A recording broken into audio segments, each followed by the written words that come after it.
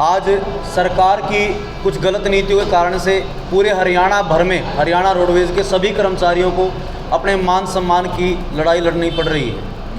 ऐसा लगता है कि इनकी नीतियों के कारण हर रोडवेज़ का कर्मचारी अपना मान सम्मान खो चुका है। आप कहीं भी देख लीजिए, 2018 के बाद जब हड़ताल हुई, उसके बाद सरकार ने हमारी मांगों को ना मानते हुए जब ये किलोमीटर स्कीम की बसें चलाई, आप आए दिन देखते हैं एक्सीडेंट किलोमीटर स्कीम के ड्राइवर करते हैं, लेकिन नाम आता है हरियाणा रोडवेज़ के चालक का, हरियाणा रोडवेज़ का नाम बदनाम होता है। अब कहीं मतलब हालात इतने हो गए हैं कि हमारा कोई रोडवेज़ का कर्मचारी अपनी ड्यूटी पर जा रहा है और किलोमीटर स्कीम की बस को रुकवाने का प्रयास करता है, तो किलोमीटर स्कीम की बस के ड्राइवर बस को भी नहीं रोकते।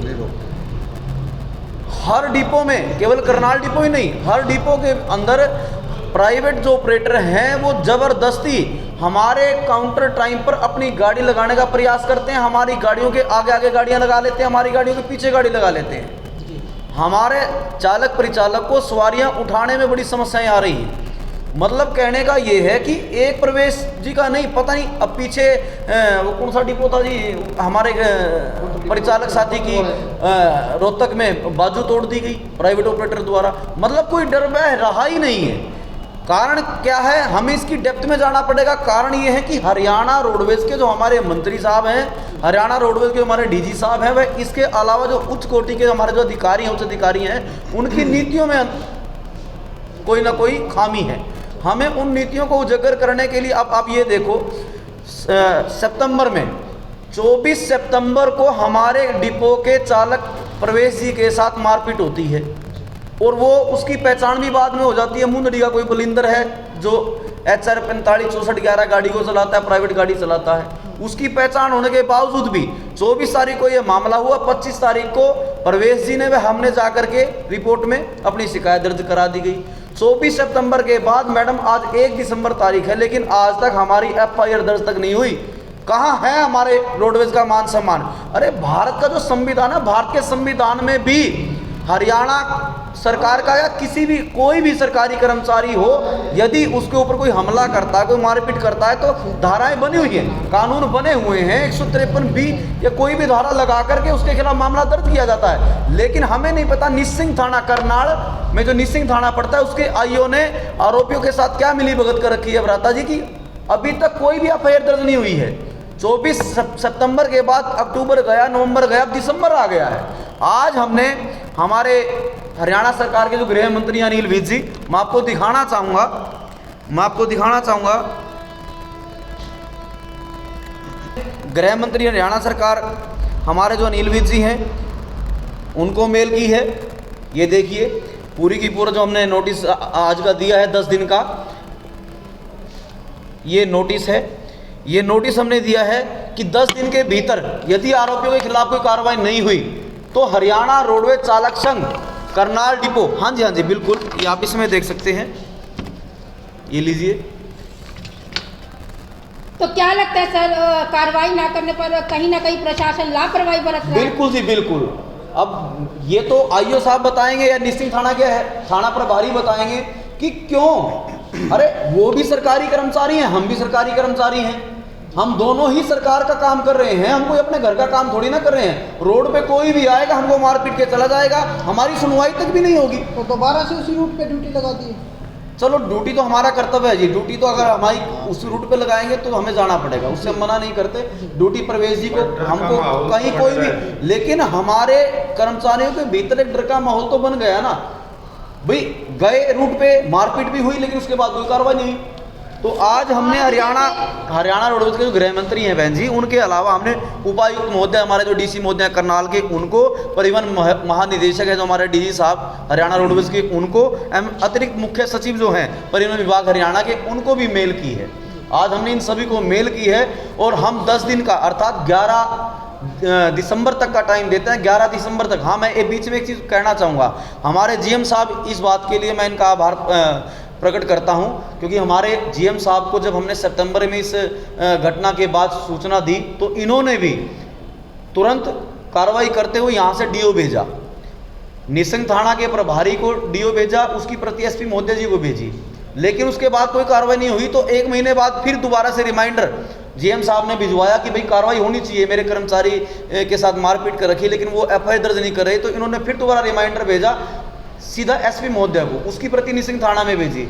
आज जब वो पहुंचा डीओ भेजा हुआ जो पिछले महीने भेजा था एसपी महोदय के पास, तो उसकी प्रति जब आज निसिंग थाना में पहुंची है तो 1 दिसंबर को आज फ़ोन आया वहाँ से मुंशी साहब का कि भाई आपका ये फेर आ गया। पहले जब उसके पास प्रति गई थी तब भी उसने कहा, बोले ऐसे क्या करवा लोगे, ऐसे क्या हो जाएगा, इनसे क्या होगा, समझौता कर लो। मतलब वो समझौता करने का प्रयास कर रहे हैं, वो दबाव बना रहे हैं हमारे कर्मचारी के ऊपर। मतलब कहने का ये है कि आज सरकार की गलत नीतियों के कारण से हरियाणा रोडवेज के कर्मचारी की कोई भी वैल्यू नहीं रही, हमारा कोई मान सम्मान नहीं रहा। लेकिन मुझे रोष इस बात का है, मुझे शिकायत अपने ही सरकारी कर्मचारियों से, पुलिस विभाग के कर्मचारियों से है कि आज जो घटना इसके साथ घटी है उनके साथ भी तो कहीं घट सकती है रोड पर जी। तो हमें इन चीज़ों को देख करके आप सबका बहुत बहुत धन्यवाद। हम एक माफ़ी चाहूँगी, इस समय ये प्रश्न नहीं उठाना चाहिए, लेकिन जहाँ तक रोडवेज कर्मचारियों की आपने बात कही, रोडवेज बसों का हाल आप देख सकते हैं, मुनक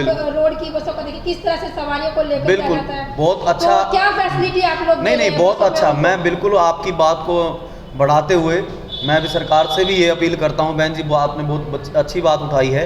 आज हरियाणा रोडवेज के बेड़े में बसों की बहुत ज़्यादा कमियाँ हो गई हैं, और उन कमियों के कारण से ही अभी पिछले सप्ताह ही 2 दुर्घटनाएं हुई हैं, जिसमें एक बसतली का लड़का है 19 वर्षीय मोहित, वो भी बेचारा मारा गया क्योंकि खिड़की पर लटकने को बच्चे मजबूर होते हैं। सुबह आप यहाँ पर या नए बस स्टैंड करनाल पर आके देखेंगे तो आईटीआई के जो बच्चे हैं, वो जो आम सवारी है, चाहे किसी को भी जाना होता है, उनको चढ़ने की जगह नहीं मिलती, क्योंकि आईटीआई के जो बच्चे हैं बस को रुकने से पहले ही घेर लेते हैं, उनकी खिड़कियों में चिपट जाते हैं। वो मतलब कि जगह नहीं, सवारियों को ना उतरने देते ना चढ़ने देते। अब उनका भी दोष क्या है, उनके पास जो है आईटीआई तक बने हुए हैं, लेकिन सरकार बसों की कमियों के कारण जीएम साहब तो प्रयास करते हैं कि यहाँ से बस भेजी जाए, हम लोग जाते भी हैं, लेकिन बच्चे इतने, मैं आपको बताना चाहूँ, गवर्नमेंट कॉलेज है हमारा ये लड़कियों का वुमेन कॉलेज, 2700 स्ट्रेंथ तो लड़कियों के कॉलेज की, एक कॉलेज की है 2700, 2700 स्ट्रेंथ तो गवर्नमेंट वुमेन कॉलेज की है करनाल की, एक कॉलेज की। इसके अलावा भी जो गांव से अन्य कॉलेजों में जो बच्चे आ रहे हैं, अगर हम टोटल स्ट्रेंथ लगाएं तो लगभग 20 से 25 हज़ार जो स्टूडेंट हैं वो गांव से निकल करके शहर में पढ़ने आते हैं, लेकिन उनको सुविधाएं नहीं दी जा रही, पास बनाए जा रहे हैं। तो मैं आपकी बात को मेरी बहन बढ़ावा देते हुए सरकार से अपील करता हूं कि अभी 6 बसें हमारे करनाल डिपो में आई हैं, 45 बसों की घोषणा हमारे करनाल डिपो को देने के लिए की गई थी, और धीरे धीरे बसें आ भी रही हैं। सरकार का मैं इस चीज़ के लिए धन्यवाद करता हूं, लेकिन जल्द से जल्द बसों की संख्या जो है बेड़े में बढ़ाई जाए, जिससे कि ये कमी दूर हो, समस्या दूर हो और जनता को सुविधा मिल सके। अगर बात की जाए आईटीआई छात्रों की बात की जाए, जैसा कि अब मुनक रोड पर केवल एक ही बस जाती है लड़कियों को, लड़कों की तरह लो, आप सालन वाला रूट ले लो।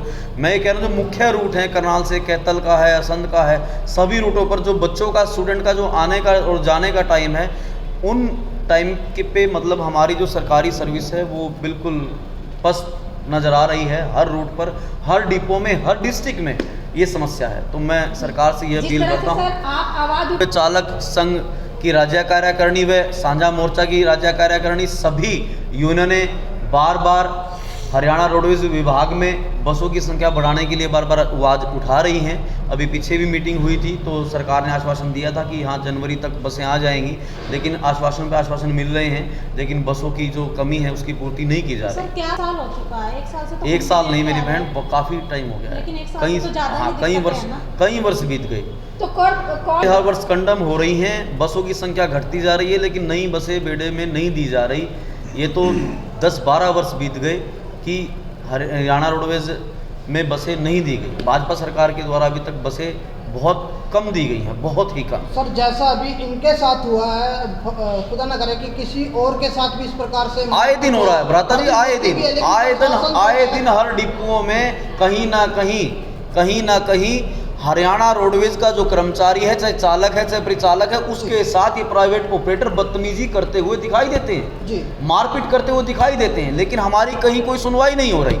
यदि कोई अनहोनी हो जाती है तो सर उसका जिम्मेदार कौन होगा? देखिए मैं आपको एक वीडियो दिखाता हूँ, आप देख भी लें। उस दिन जो घटना हुई थी उस घटना की वीडियो ये देखिए आप।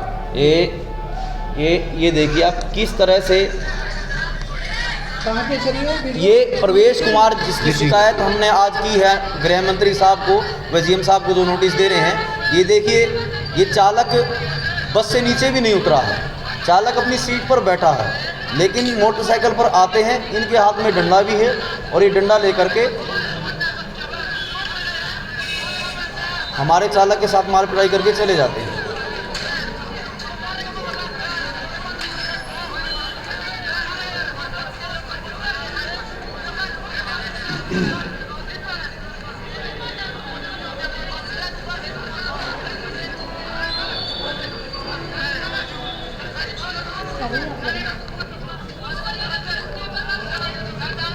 बस के अंदर आए थे सर? बस के अंदर बैठे हुए हमारे चालक भाई प्रवेश कुमार जी को नीचे उतरने का मौका भी नहीं दिया, पीछे से आकर के खिड़की खोली और आते ही डंडे मुक्के भूसे बरसाने शुरू कर दिए।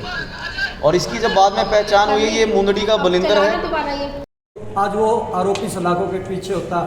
हमारे रोडवेज के चालकों के साथ आए दिन प्राइवेट ऑपरेटर दिन लगातार हादसे हो रहे हैं। कहीं हमारे परिचालक की बाजू को तोड़ देते हैं प्राइवेट ऑपरेटर, कहीं हमारे स्टाफ की वर्दी फाड़ देते हैं। यानी कि हमारा बिल्कुल ड्यूटी करना मुश्किल हो गया है। हम सरकार से यही मांगते हैं कि इन आरोपियों को जल्द से जल्द गिरफ्तार करें, अन्यथा हमारे प्रधान जी ने जो बताया कि आने वाले हम 10 तारीख के बाद हम विरोध प्रदर्शन करेंगे, जिसके जिम्मेवार स्वयं प्रशासन होगा। आपका परिचय? चालक संघ। जी बहन जी, जो भी प्रधान जी ने कहा है बिल्कुल उचित कहा है, और ये हादसे हमारे साथ रोज होते हैं। अब मेरी ड्यूटी यहाँ संत काउंटर बस स्टैंड इंचार्ज के लग रही है। यहाँ भी प्राइवेट वाले मेरे को बहुत ज़्यादा तंग करते हैं। एक दिन रात को 8:30 बजे बस लगा रखी उन्होंने, जबकि उनका टाइम 8 बजे का था। मैंने उनको बोल दिया, माँ भाई तुम यहाँ से चले जाओ, तुम्हारा टाइम नहीं है। वो मेरे साथ झगड़ा करने के लिए उतारू हो गए, मेरी वीडियो बनाने लगेगी, आपने शराब पी रखी है, मीडिया वालों को बुला लिया, जबकि ऐसा कुछ नहीं था। तो ये हमारी बेइज्जती करने से भी चूकते हैं, मार पिटाई तो करते हैं, हमारी बेइज्जती करने के लिए भी तैयार रहते हैं। तो हम प्रशासन की यही मांग करते हैं जी, इनको जल्द से जल्द कार्रवाई की जाए इनके ऊपर, और इस बात का फैसला जल्दी करे सरकार। जी।